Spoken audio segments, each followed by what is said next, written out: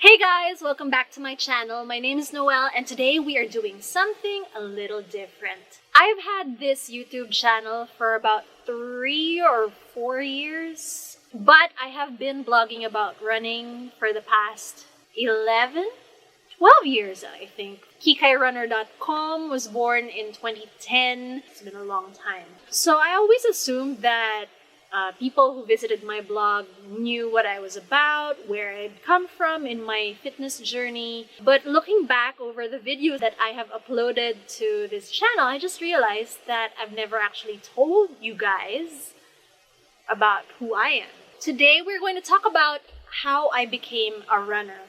Because to dispel some of the notions that have been built around me in our very small running community here in the Philippines, I did not set out to be a professional runner. I have never been on any sort of athletic track throughout school, that sort of thing. So we're gonna rewind back.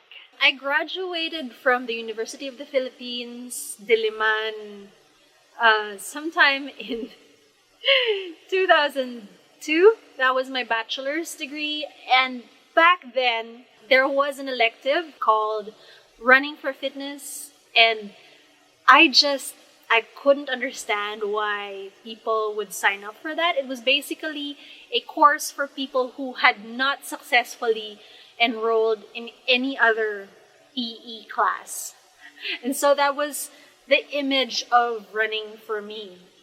And then as I went through my graduate studies in the same university, I saw a lot more people picking up the sport and enrolling to those PE classes, and a lot more people just jogging around the academic oval, which, as you know now, is like a central hub of running in Quezon City, where that university is located. I had gained a lot of weight during the last 2 years of my undergraduate degree, my bachelor's degree, and so I was trying to work it off by dieting and doing home exercise videos. If any of you know the MTV Grind workouts, I did those. I did some Jane Fonda stuff. I did some Taibo Jam as well. I have to tell you, I was not very athletically inclined as a youth. In fact, on my high school volleyball team, I was the bench. And I wasn't first bench, I was second bench. I just didn't have any coordination whatsoever. But thankfully, with this sport, you don't really need eye-hand coordination anyway. But I digress. So I was still trying to lose weight throughout my graduate studies degree. And I just thought, well, why don't I do some running around the campus? And so I did that along with some other exercise stuff, but I never really took it seriously. My actual fitness background started because my mom enrolled me and my sister to a gym. And I discovered that you burned the most calories running on the treadmill. Not using the elliptical, not using the exercise bike, which had the lowest calorie burn, by the way. And so, yeah, I started running on the treadmill. I didn't really know what pace I was going at. I stuck headphones into my ears and listened to techno music just to drown out the sound of my muscles screaming in discomfort. But anyway, yeah, that really helped me, lose a lot of weight. And then I switched gyms and I went to one which had some dance and yoga classes. I used to take Les Mills Body Jam and Body Balance classes.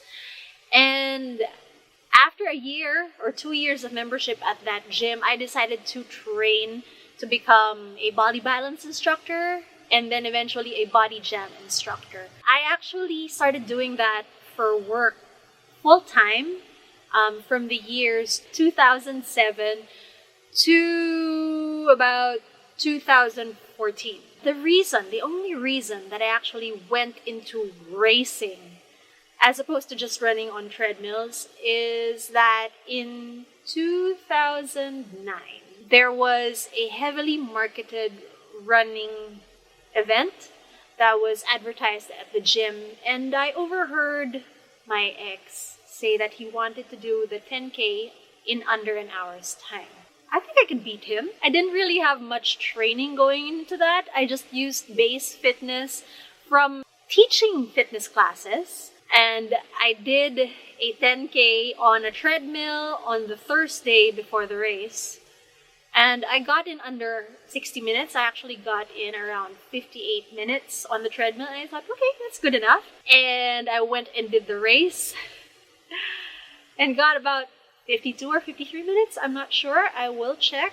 I had done the race in under 55 minutes. And my ex had failed to wake up for the race. And I realized that I really enjoyed the sport of running, and it wasn't because I had some competitive drive in me, but it was because I actually genuinely enjoyed running. And not running after, say, a frisbee or running after a soccer ball or anything like that. I just liked running for its own sake. I kept signing up for 10Ks and 5Ks, all the way up until the end of 2009. In 2010, I signed up for my first half marathon. And one of my friends supported me on that half marathon. And he told me afterwards that there were people crossing the finish line of the marathon that was held simultaneously with the half marathon. And he said, you know, you're fitter than these people. I think that you can do a full marathon. And that year, the Milo Marathon was going to be held on my birthday. And so I signed up for the Milo Marathon and I did it. And the thing is, I had this secret goal aside from finishing my first marathon. You see, the Milo Marathon race in July was actually a qualification race for a final race in December. And for my age group, I had to run a 4-hour, 20-minute marathon or better so that I could qualify for that finals race in December. And I thought, okay, so I'm going to try to do it in under that time. And yeah, I came in at 4:17 for my first marathon. Yeah, I just suddenly found myself a Milo Marathon qualifier. So yeah, it was really all just by accident and signing up for things because they were there. It was opportunity right in front of me, and I didn't see any reason not to take these opportunities. For that second marathon, my goal then was to go under 4 hours. And I did that. I did that with 3 minutes to spare. Suddenly, I just realized, now what? Because I didn't really see myself as targeting many more marathons after that. I tried to find some purpose to the running, and I found that in signing up for my first triathlon. I actually did that after I'd done my first marathon. I was so tired of running. Is this all that I can do? I mean, I don't want to go into ultra marathons because, 42 kilometers is enough to test my patience. I'm an impatient person, and so the same friend who had told me that I could do a marathon, he said, you know what, I think you could do a triathlon. I had already learned how to swim during some PE classes in university. I didn't have my own personal bike, but I knew how to ride a bike as well from, riding it as a kid. And so somebody lent me a bike, and 6 weeks later, I was on the starting line of my first triathlon, which was something we call a mini sprint or a super sprint. Something really short. Like the distance for that particular race was 300 meters swim, 12-kilometer bike, and I don't even know if it was a full 2-kilometer run. A few weeks before that race, the people who I eventually would become teammates with on my triathlon team, Team Endure, they had taken me over the course just so I wouldn't get lost. And what do you know? The person who was in front of me during that race, she got lost, and I ended up winning the race. And so that's how I became a triathlete. But I found that I really enjoyed triathlon. The transitioning from each discipline, I found I was really good at transitions, by the way. I had a killer run from being a runner, and I realized that that was my weapon, and if I wanted to, I could be competitive among the age group ranks. I kept signing up for progressively longer ones. I didn't want to bite off more than I could chew at any one time, so I would move up in distance every year. So after that first triathlon, I moved up to sprint distance the following year, up to Olympic distance the year after that, 70.3, half Ironman distance. And the goal was really to do the Ironman 70.3 Philippines race in Cebu. The year before that, I had actually done the relay on the bike in Cebu. And the year before that bike relay, I had done the run leg of that race when it was still being held in Kamsur. Yeah, I really just took it step by step by step. And all the while, I was still teaching fitness classes, group fitness classes. In 2014, I did Challenge Philippines, and it was the toughest half Ironman course in Southeast Asia at the time. And I got myself the chance to do Challenge Rock, which is like one of the largest full iron distance races in the world. And it's certainly one of the most popular because Challenge Roth slots, they're snapped up almost immediately. I did it sometime around my birthday as well, my first full distance triathlon, and I realized I didn't really like doing Ironman. I persisted on for the next few years doing half distances, and I did another full marathon at the Laguna Phuket International Marathon. And then I just realized, you know what?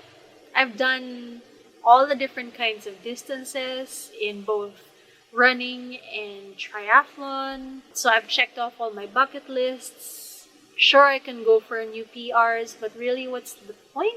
Do I enjoy myself putting myself through all these things? And I just realized that I actually, I just enjoyed being a runner and a triathlete for the entire lifestyle that it gave me, and for the reason being that I could still maintain my weight and really help me avoid all of these lifestyle illnesses that plague sedentary people. And so yeah, that's why I'm still running after 12 years, is because it keeps me healthy.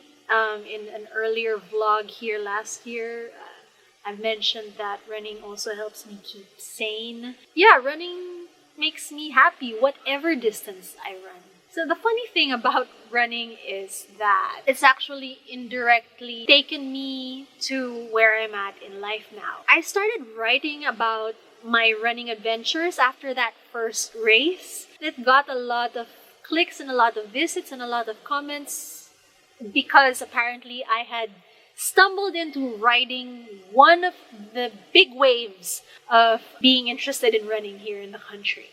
So I spun that off into its own blog the next year, in 2010, the same year that I targeted doing my first marathon. In 2013, I did my first half Ironman.